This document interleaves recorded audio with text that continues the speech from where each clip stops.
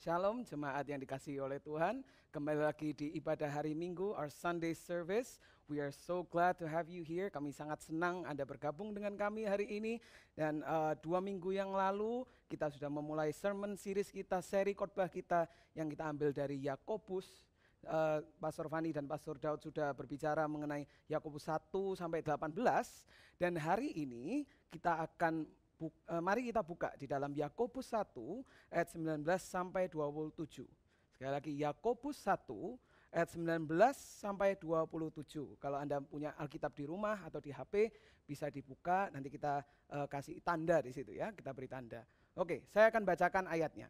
Yakobus 1 ayat 19 sampai 27. Hai saudara-saudara yang kukasihi, ingatlah hal ini. Setiap orang hendaklah cepat untuk mendengar, tetapi lambat untuk berkata-kata, dan juga lambat untuk marah. Sebab amarah manusia tidak mengerjakan kebenaran di hadapan Allah. 21.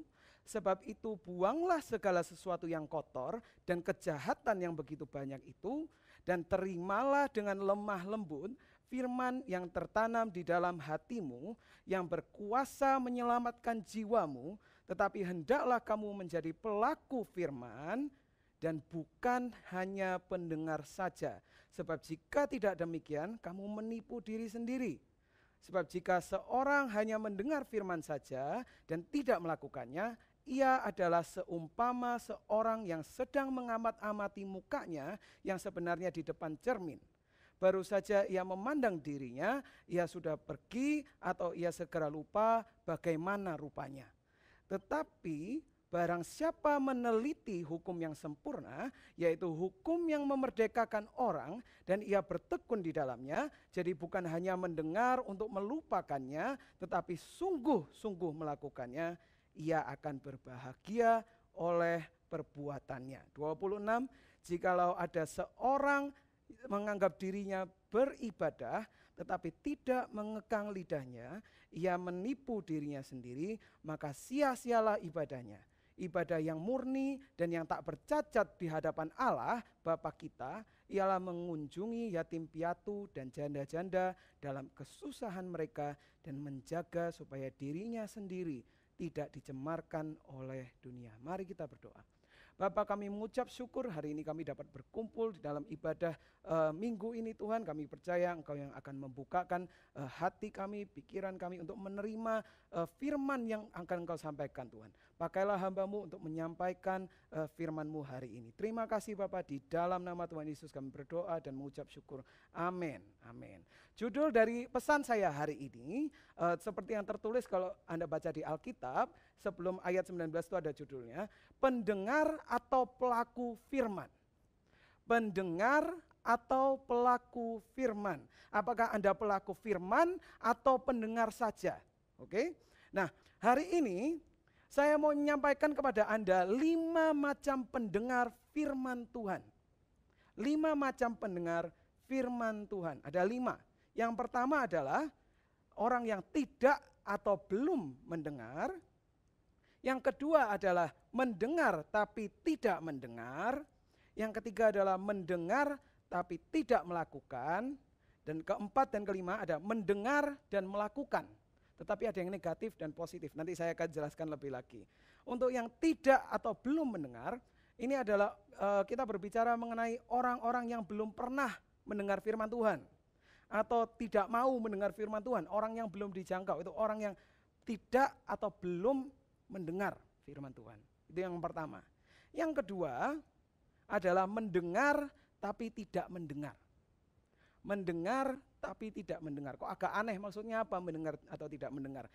Di sini kalau pernah nggak ya di sini habis kerja terus merasa capek dan mungkin waktu baru pulang kerja kita ini rasanya pengennya tuh tidur, pengennya tuh duduk enak, nggak diganggu, tapi tiba-tiba ada pasangan kita atau teman kita atau anak kita tiba-tiba ngajak ngomong.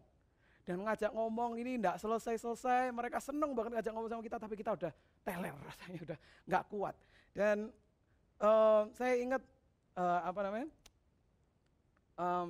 karena kita capek, karena kita ini udah males, sudah nggak tahan rasanya, kita akhirnya kita ngomong, ya udah oke, kita dengerin, tapi kita nggak tahu yang diomongin itu apa. Dia ngomong banyak, kita tahu dia lagi ngomong, tapi kita nggak ngerti yang diomongkan itu apa, yang lagi dibicarakan itu apa. Saya beberapa kali telepon dengan Jessica, kalau nanti mau ditanya sendiri Jessica pasti bilang, oh sering dia kayak gitu, atau selalu.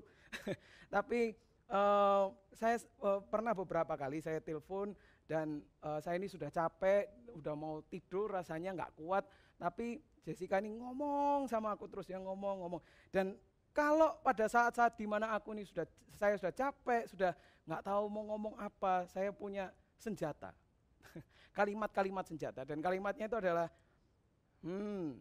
ya, terus dan itu dia akan ngomong, terus dia ngomong, nanti kalau sudah berhenti saya ya, terus nanti dia akan ngomong lagi lanjut, dan saya ngomong iya. Kalau dia tanya menurut kamu gimana, saya nggak tahu yang diomongin apa, saya cuma balas apa, nggak tahu ya, kalau menurut kamu gimana. Dan saya karena saya tidak mengerti apa yang dikatakan, sampai akhirnya si Jessica ini ngerti, dia bilang, kamu dari tadi nggak dengerin ya. Saya bingung mau jawab, saya dari yang capek akhirnya bangun, saya shock, oh, enggak, aku dengerin kok, aku dengerin. Dan pertanyaan yang paling susah untuk dijawab, itu pertanyaan adalah, apa yang tadi kita ngomongin? Kita lagi ngomongin tentang apa? Ayo, saya mau jawab nggak bisa, aku mau jawab nggak bisa. Ya itu yang itu tadi. Nah, begitu juga di dalam mendengarkan firman Tuhan, seperti yang mungkin kalau pernah dengar pepatahnya ya, masuk telinga kiri, keluar telinga kanan. Kita tahu ada suara yang keluar, saya tahu bahwa Jesse ini lagi berbicara, tapi saya nggak mendengarkan apa yang dikatakan, saya nggak ngerti apa yang dia ngomongin, maksudnya apa, saya nggak ngerti, saya cuma ngomong, ya, terus. Dan begitu juga sebagai pendengar firman, terkadang kita ini mendengar, tapi kita tidak mendengar. Kita membaca Alkitab misalnya, contoh kita membaca Alkitab, tetapi kita tidak mengerti, kita nggak berusaha untuk mengerti apa yang dimaksud dari ayat itu. Pokoknya tahun ini aku sudah baca Alkitab dari awal sampai terakhir, pokoknya hari ini aku sudah baca 1 pasal. Itu, tapi kalau ditanya apa isinya, nggak tahu, pokoknya aku sudah baca. Mendengar tapi tidak mendengar. Atau dulu kalau kita masih berkumpul, beribadah di satu gedung, kita datang ke gereja, kita pakai baju yang rapi, kita praise and worship, nyanyi. Terus nanti sudah waktunya untuk khotbah, kita dengerin. Tapi waktu kita dengerin, kita nggak betul-betul dengerin. Maksudnya apa? Kita nggak tahu apa yang diomongin, kita nggak menerima apa yang lagi disampaikan. Dan mungkin kalau sekarang bahkan lebih hebat lagi, sekarang ini kita ibadah online, tinggal di play di YouTube.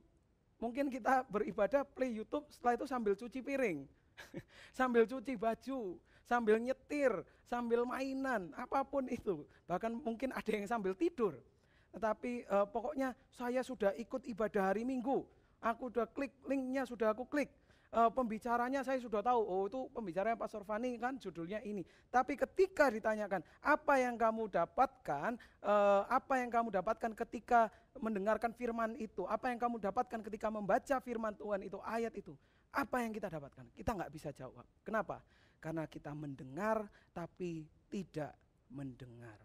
Kita hanya mendengar dan membaca hanya untuk melewati dan bukan berusaha untuk betul-betul menerima, betul-betul mengerti firman.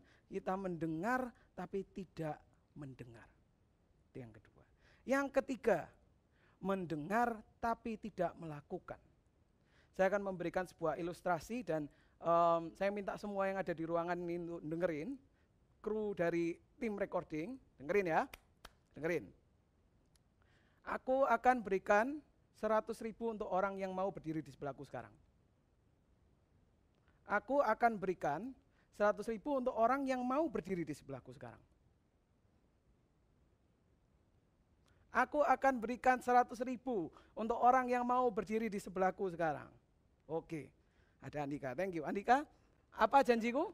Pakai mic-nya. Aku bilang apa tadi? Kalau maju ke samping ke Joshua dapat uang 100.000, ya mau. Oke, ini Andika, thank you Andika. Thank you kok. Ya. Oke, mic-nya dikembaliin. Oke, itu tadi Andika mendengarkan. Oke, sekarang aku mau panggil Kak Gerson ke depan. Di sini ada 3 orang, ada Kak Gerson, Andika, Pak Budi. Aku mau panggil Kak Gerson ke depan. Silakan Kak Gerson, diambil mic-nya. Kak Gerson, Oke, Kak Gerson tadi dengar nggak aku bilang apa? dengar sih. Dengar, apa yang aku bilang Kak? Ya kalau berdiri di samping dapat 100.000. Berdiri di samping dapat 100.000. Kak Gerson ngerti? Kalau berdiri sebelahku dapat 100.000 ngerti kan ya? Oh ya ngerti. Sudah mendengarkan, mengerti, betul ya? Ngerti. Tapi kenapa kok nggak maju Kak? Lagi lihat kamera sih. Lagi lihat kamera. Oke, thank you Kak Gerson. Nah, dan ini yang saya maksud dalam kita kadang mendengar, tapi kita tidak melakukan. Kalau kita lihat tadi, banyak sekali dari kita yang sudah mendengar. Artinya apa? Kita tuh sudah tahu, kita mengerti firman Tuhan. Kita tahu apa yang harus dilakukan. Kita tahu apa yang akan terjadi kalau kita melakukan firman Tuhan. Tetapi, walaupun kita sudah mengerti, kita tetap tidak melakukan. Ya. Kita sudah mengerti, tetapi tidak melakukan. Di Yakobus 1 ayat 22-24, kita kembali ke ayatnya tadi ya. 22-24 mengatakan, tetapi hendaklah kamu menjadi pelaku firman dan bukan hanya pendengar saja. Sebab jika tidak demikian, kamu menipu diri sendiri. Sebab jika seorang hanya mendengar firman saja dan tidak melakukannya, ia adalah seumpama seorang yang sedang mengamati mukanya yang sebenarnya di depan cermin. Baru saja ia memandang dirinya, ia sudah pergi atau ia segera lupa bagaimana rupanya. Mendengarkan tapi tidak melakukan, kalau di ayat ini dikatakan, itu sebenarnya seperti kita bercermin. Ketika kita bercermin, boleh dibawa ke sini cerminnya Andika? Ketika kita bercermin, dan kita lihat mungkin di sini kalau bisa lihat muka saya banyak kotorannya ya. Orang yang mendengarkan tapi tidak melakukan itu seperti orang yang bercermin. Kita melihat di cermin ini, kita tahu mukanya kita ini kotor, kita melihat kotorannya itu, tetapi kita melupakannya atau kita menipu diri kita sendiri. Seakan-akan kita berkata, oh di mukaku bersih kok, di mukaku nggak ada apa-apanya. Walaupun ada kotorannya, saya menipu diri saya sendiri. Aku bilang, oh di mukaku nggak apa-apa, mukaku tuh bersih, nggak ada apa-apanya. Thank you Andika.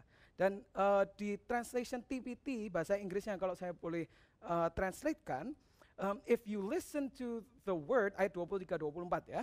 If you listen to the word and don't live out the message you hear, jika Anda mendengar firman dan tidak menghidupi firman yang engkau dengar, you become like the person who looks in the mirror of the word to discover the reflection of his face in the beginning. Artinya apa? Anda menjadi seperti seseorang yang melihat ke cermin, seperti tadi ya, melihat ke cermin firman dan melihat wajahmu yang sebenarnya.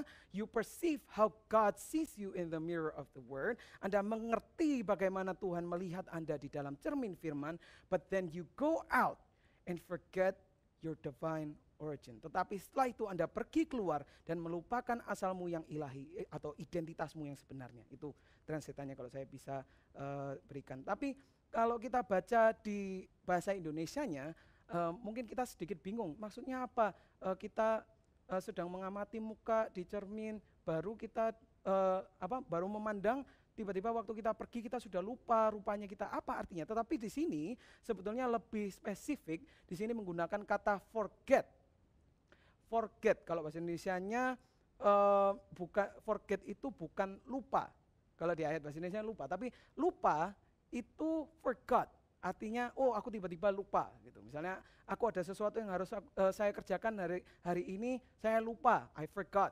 Tetapi forget itu adalah suatu kata kerja yang artinya adalah melupakan. Apa maksud dari kata melupakan ini? Artinya adalah yang ketika kita hidup, kita mendengarkan tapi kita tidak melakukan, kita ini sedang hidup di dalam kebohongan dan menipu diri Anda sendiri secara sengaja. Anda sudah tahu itu salah, Anda sudah tahu itu bukan yang kebenarannya, tapi kita menipu diri sendiri, kita hidup dalam kebohongan seakan-akan kayak semuanya itu sudah dalam kebenaran, sudah oke semuanya itu. Dan kita sudah tahu, kita sudah mengerti, tapi kita memilih untuk melupakan. Itu dia.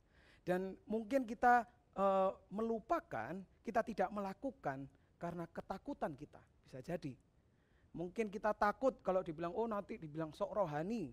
Atau aku takut untuk melakukan melakukan firman Tuhan di dalam pekerjaanku, kalau nanti bosku tahu aku orang Kristen, aku dipecat atau apa, atau aku diganggui oleh teman-temanku, atau nanti kalau bisnisku dijalankan sebagai bisnis yang Kristen nanti enggak ada keuntungannya.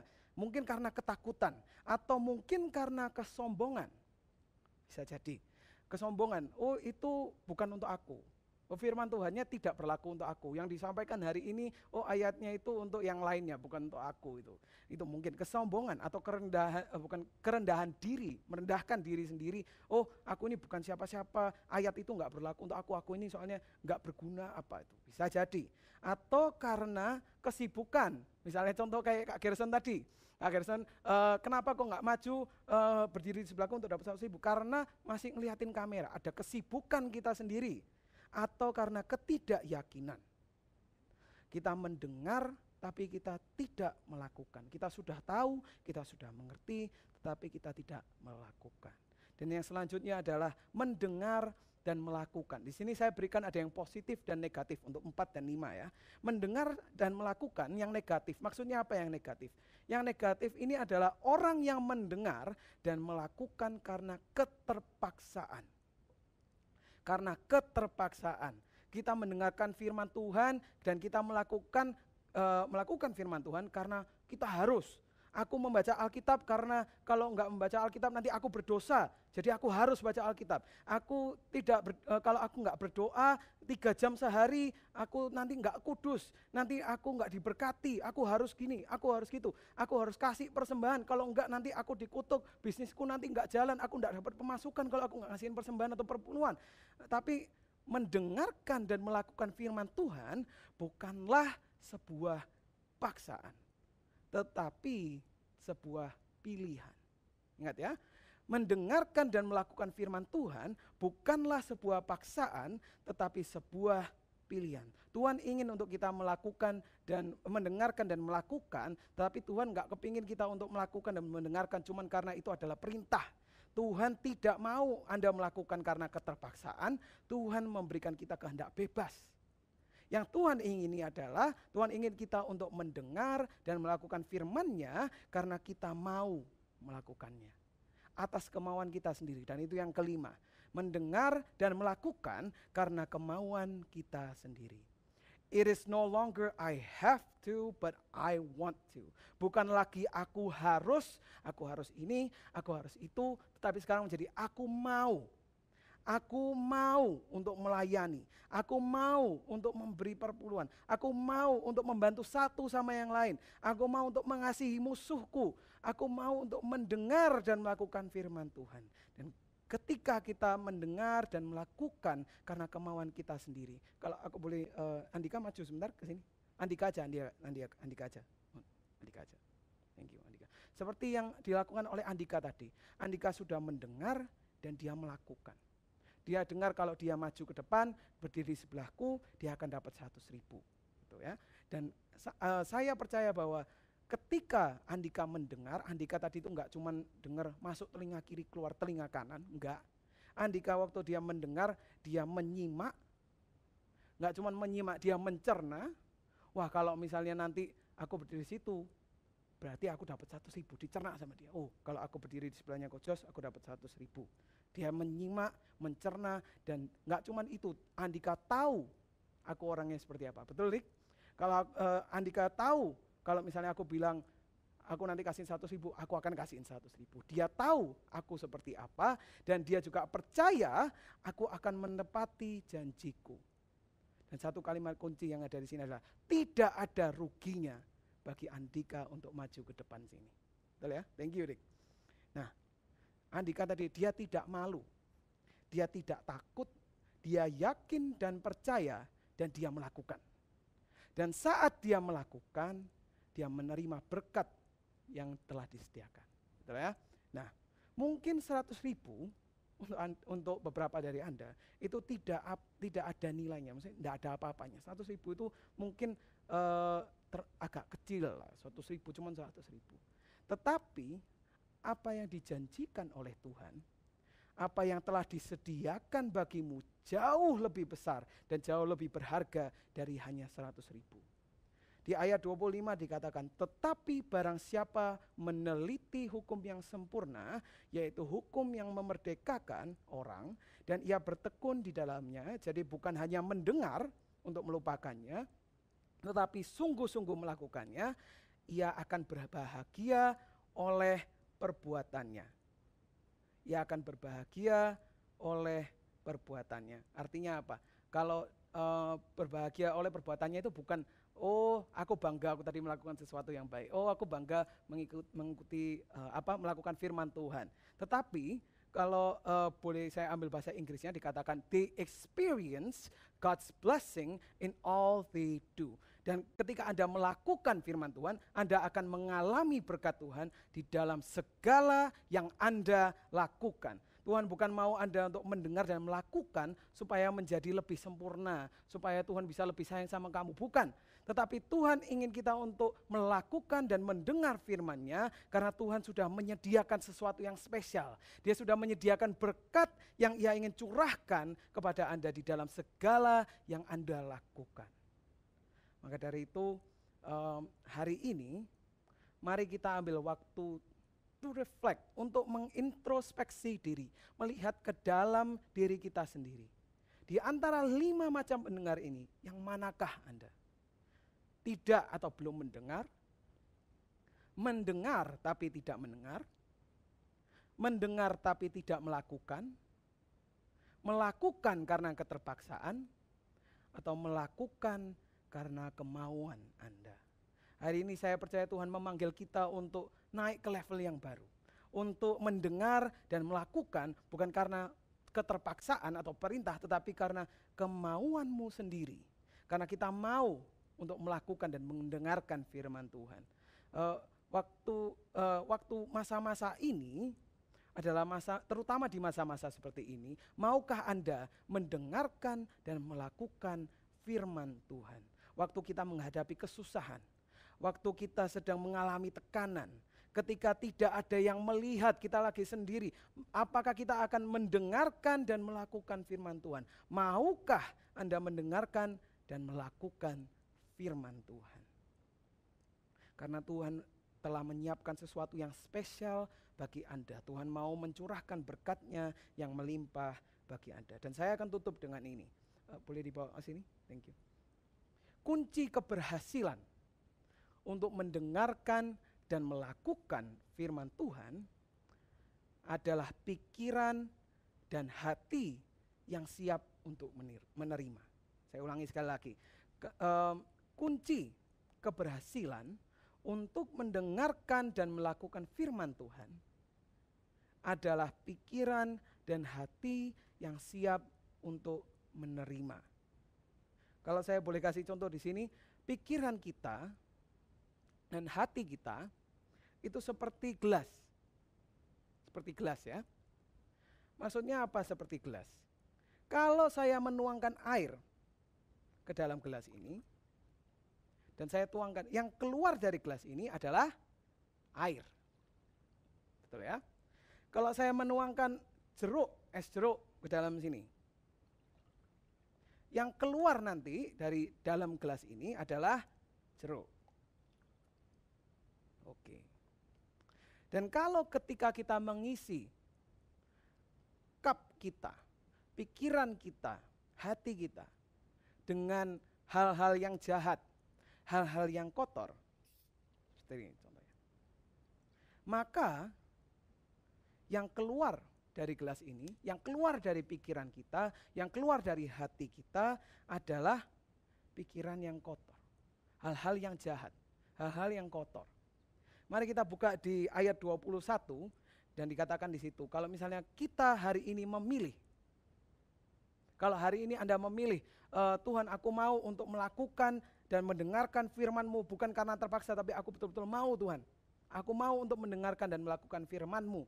Tapi Anda merasa mulainya dari mana? Saya nggak tahu. Saya nggak tahu mau mulai dari mana. Saya pernah coba tapi nggak bisa. Saya mau mulai tapi saya nggak ngerti gimana. Gimana cara mulainya? Kita mulai dari ayat 21.